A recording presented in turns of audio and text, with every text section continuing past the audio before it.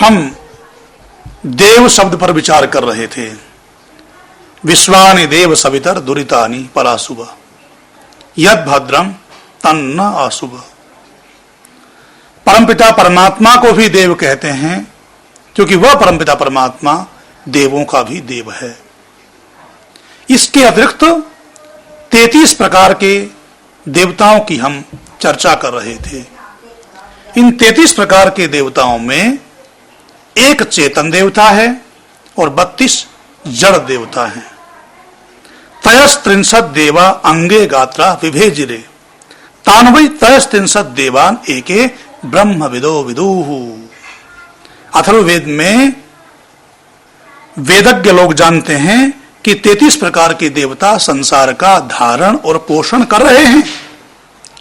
सूर्य, चंद्र, नदी, पर्वतों का सदुपयोग करना धर्म है। माता पिता, आचार्य और अतिथियों की सेवा करना, सत्कार करना धर्म है। देश के संविधान की रक्षा करना धर्म है।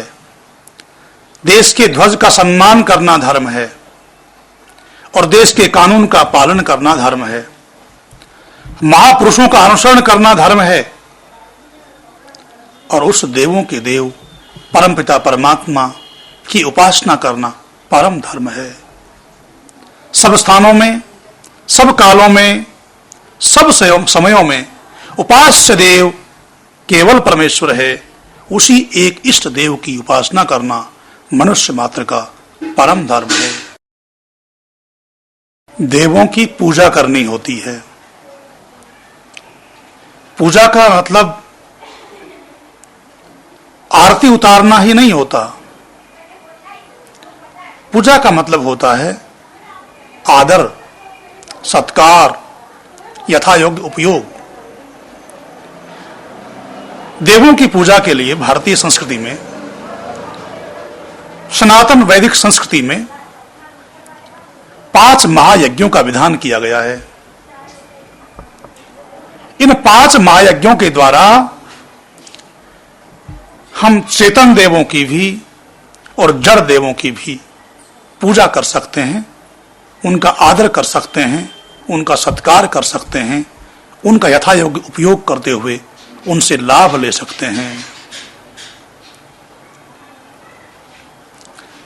5 महायज्ञ में पहला महायज्ञ है ब्रह्मयज्ञ। ब्रह्मयज्ञ जिसे संध्या भी कहते हैं, इसके अंतर्गत स्वाध्याय करना भी आता है, संयम पूर्वक जीवन बिताना भी आता है, ब्रह्म का ध्यान ब्रह्म यज्ञ होता है। ब्रह्म यज्ञ आत्मा का भोजन है। ब्रह्म यज्ञ स्वयं की आत्मा का पूजन है।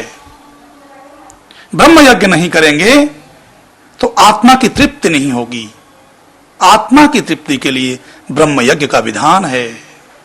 स्वाध्याय, आत्मचिंतन, आत्मनिरीक्षण, आत्मविश्लेषण ब्रह्म यज्ञ के अंतर्गत ही आते हैं।